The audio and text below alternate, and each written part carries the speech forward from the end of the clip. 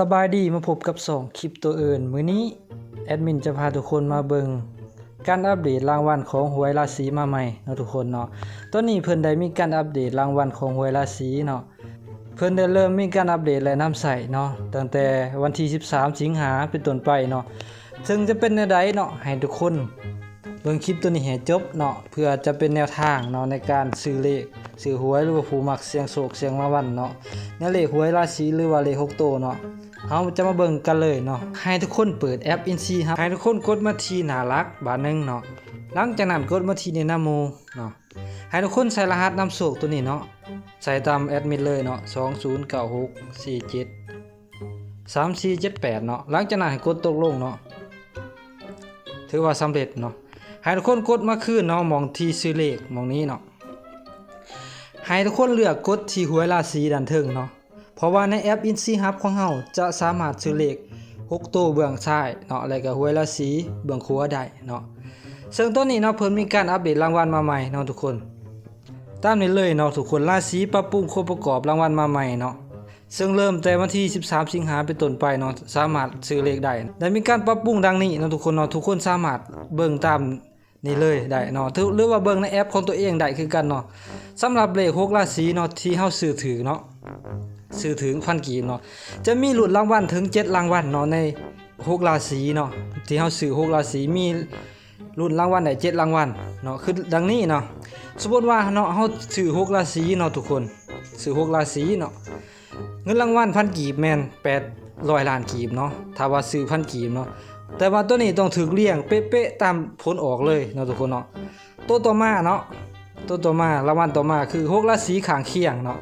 ตัวนี้จะถือรางวัลซื้อพันหนึ่งจะได้20ล้านกีบเนาะเดี๋ยวเราจะมาอธิบายในอีกขั้นตอนต่อไปเนาะว่ามันข้างเคียงจังไดเนาะ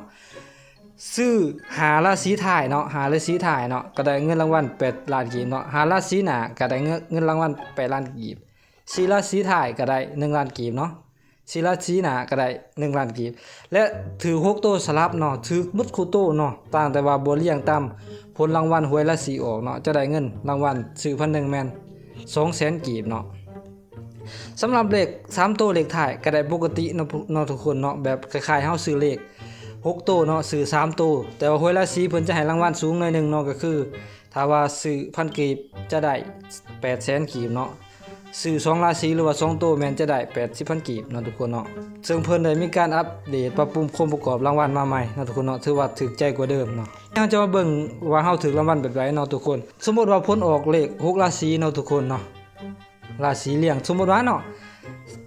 ผลออก3ก็คือปีขานเนาะราศีขาน4ราศีเถาะเนาะ5มะโรงเนาะ2สลุเนาะ9วอกแล้วก็กุล12เนาะถ้าว่าเฮาซื้อถือตามเทิงเลยเนาะราศีเลี้ยงแบบนี้เลยเนาะทุกคนแสดงว่าเฮาจะได้800ล้านกีบเนาะถ้าว่าเฮาซื้อเลี้ยง3 4 5 2 9 12แล้วเฮาถือเลี้ยงแบบนี้เลยเนาะซื้อพันหนึ่งเฮาจะได้800ล้านกีบเนาะแต่เนาะ6ราศีข้างเคียงเนาะทุกคนเนาะสมมุติว่าเฮาซื้อ3 4ถือเบิดเนาะซื้อเบิดทางหน้าเนาะ5ก็ถือ2ก็ถือ9ถือบังเอิญเนาะตัวสุดท้ายเนาะทุกคนเนาะตัวท้ายออก1เนาะมันก็ใกล้เคียงกับ12เนาะ1เพราะว่าหวยราศีจะมี12ตัวเนาะ12ตัวเนาะ12ถ้าว่าเป็น1แสดงว่ามันออกข้างเคียงเฮาจะได้20ล้านกีบเนาะตัวต่อมาคือกันเนาะทุกคนเนาะถ้ามาข้างเคียงทั้งรุมเนาะข้างเคียงทั้งรุมคือ11เนาะข้างเคียงทั้งเทิงก็คือ1เนาะเพราะว่าเลขมีแต่12ราศีเนาะเฮาจะได้20ล้านเนาะ20ล้านคือเหมือนเดิมเนาะในตัวนี้เนาะเฮาซื้อ6ตัวเนาะถ้าว่าทางถ่ายเนาะทางถ่ายแม่นถึกเบิดเนาะก็คือเลี้ยงหาเนาะ12ก็ถึกเนาะ9ก็ถึกเนาะ2ก็ถึก5ก็ถึก4ก็ถึกแต่ทางหน้าบ่ถึกเฮาก็ได้เงินคือเก่าเนาะเฮาก็ได้เงินอยู่ประมาณ8ล้านกีบเนาะถ้าว่าเลี้ยงหาตัวเนาะเลี้ยงทางหน้าคือกันเนาะทุกคนตามได้เลยเนาะเลี้ยงทางหน้าทางหลังบ่ถึกเนาะเลี้ยงหาตัวแต่ว่าตัวราศี6บ่ถึกเฮาก็ได้เงินอีก8ล้านเนาะ4ตัวถ่ายคือกันเนาะ4ตัวถ่ายเลี้ยงถึกเบิดทางถ่ายเนาะ4ตัว2ตัวทางหน้าบ่ถึกเฮาก็ได้คือกันเนาะเลี้ยงทั้งหน้าเนาะ2ตัวถ่ายบ่ถือเฮาก็ได้คือกันเนาะสลับเฮาก็ได้เนาะทุกคนสำหรับตัวราศีถ่ายก็คือ3ราศีก็ปกติเลยเนาะทุกคนเนาะปกติเลยเนาะก็คือเลข3ตัวหรือว่า3ราศีถ่ายก็คือ2 9 12เฮาก็ถือเฮาก็ได้800,000กีบเนาะตัวนี้เนาะบางคนอาจจะงงเนาะทุกคนเนาะว่าเป็นหยังเนาะเลขเฮาซื้อ4ราศีบ่ได้ตัวอย่างปกติทั่วไปเนาะ เฮาสามารถซื้อ4ราศีได้เนาะแต่ว่าตอนนี้มันบ่ให้เฮาเพิ่มเนาะมันบ่ให้เฮาเพิ่มเนาะหรือหาราศีก็บ่ได้เนาะเพราะว่าเนาะเพิ่นให้เฮาซื้อเป็น6ราศีเลยแต่เวลาถึงรางวัลเฮาสามารถลุ้นได้7รางวัลตามที่เฮาอธิบายมาผ่านมาเนาะสมมุติว่าเฮาซื้อ6เนาะเฮาซื้อ6ราศีเนาะเฮาสามารถเพิ่มเลขได้เนาะ6ราศีเนาะแบบนี้เลยนะทุกคนเนาะ6ราศีเลขที่ออกเนาะ1 2เนาะ10 7 7 7 8เนาะถือว่าเฮาได้ข้างเคียงเนาะ1 2 10 7 7ทางหลังบ่ถือไปทางอื่นแสดงว่าเฮาถือข้างเคียงนะเพราะว่ามันให้เฮาลุ้นเนาะให้เฮาลุ้นหาราศี4ราศีเนาะแล้วก็6ราศีสลับอีกก็ลุ้นข้างเคียงก็ลุ้นในการซื้อ6ราศีบาทเดียวเนาะ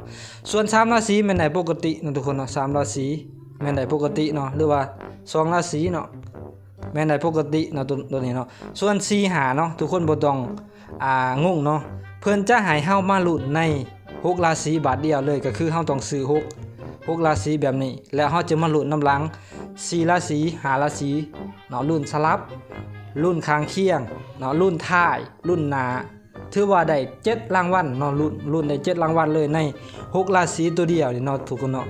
ถือว่าได้ลุ้นหลายเนาะทุกคนเนาะทุกคนสามารถมาอ่านด้านลุ่มนี่ได้เลยเนาะว่าเป็นได้รางวัลเนาะทุกคนเนาะมาเบิ่งรางวัลอยู่ด้านลุ่มของ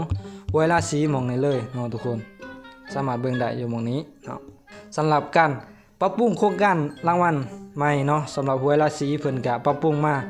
ตามตารางนี่เลยนะทุกคนเนาะทุกคนสามารถเข้าแอปเป็นซื้อเลขหวยราศีก็คือเบิ่งหวยเนาะมันมี2เบื้องให้เฮา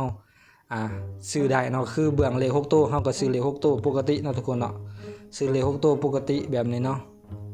ซื้อเต็มน้ำเฮาก็ซื้อปกตินี่คือเลข6ตัวเนาะส่วนหวยราศีก็หม่องนี้เนาะสามารถซื้อได้เนาะซื้อ2ตัวได้3ตัวได้แต่ว่า4 5ตัวแม่นเพิ่นให้เฮาลุ้นอยู่ใน6ราศีเนาะแบบนี้เลยเนาะทุกคนเนาะเฮาสามารถมาลุ้นในเลข6ตัวหรือว่า6ราศีลุ้นได้5ตัว4ตัวเนาะลุ้นได้4ตัวหน้า4ตัวท้าย5ตัวหน้า5ตัวท้ายแล้วมาลุ้นเรียงเนาะใน6ราศีเนาะตัวนี้เนาะทุกคนเนาะก็ง่ายๆเนาะทุกคนเนาะก็ถือว่าโอเคกว่าเดิมเฮามีสิทธิ์ลุ้นรางวัลได้หลายแบบเนาะทุกคนเนาะถือว่าเฮาซื้อ6ราศีเฮาสามารถลุ้นได้7รางวัลเลยทีเดียวเนาะถ้าว่าซื้อ3ก็ปกติเนาะ3 2 1เนาะตัวนี้เนาะถ้าว่าเพื่อนคนไหนเนาะเวลาที่หวยราศีออกหรือว่าเลข6ตัวเนาะทุกคนเนาะอยากเบิ่งไลฟ์สดเนาะไลฟ์สดในการเลขออกเนาะทุกคนสามารถเบิ่งอยู่หน้ารักได้เนาะแล้วเลื่อนลงมาหาคำว่าถ่ายทอดสดอยู่หม่องนี้เนาะเวลาประมาณ 8 โมงเนาะให้ทุกคนกดเข้ามาเบิ่งถ่ายทอดสดเนาะเพิ่นจะ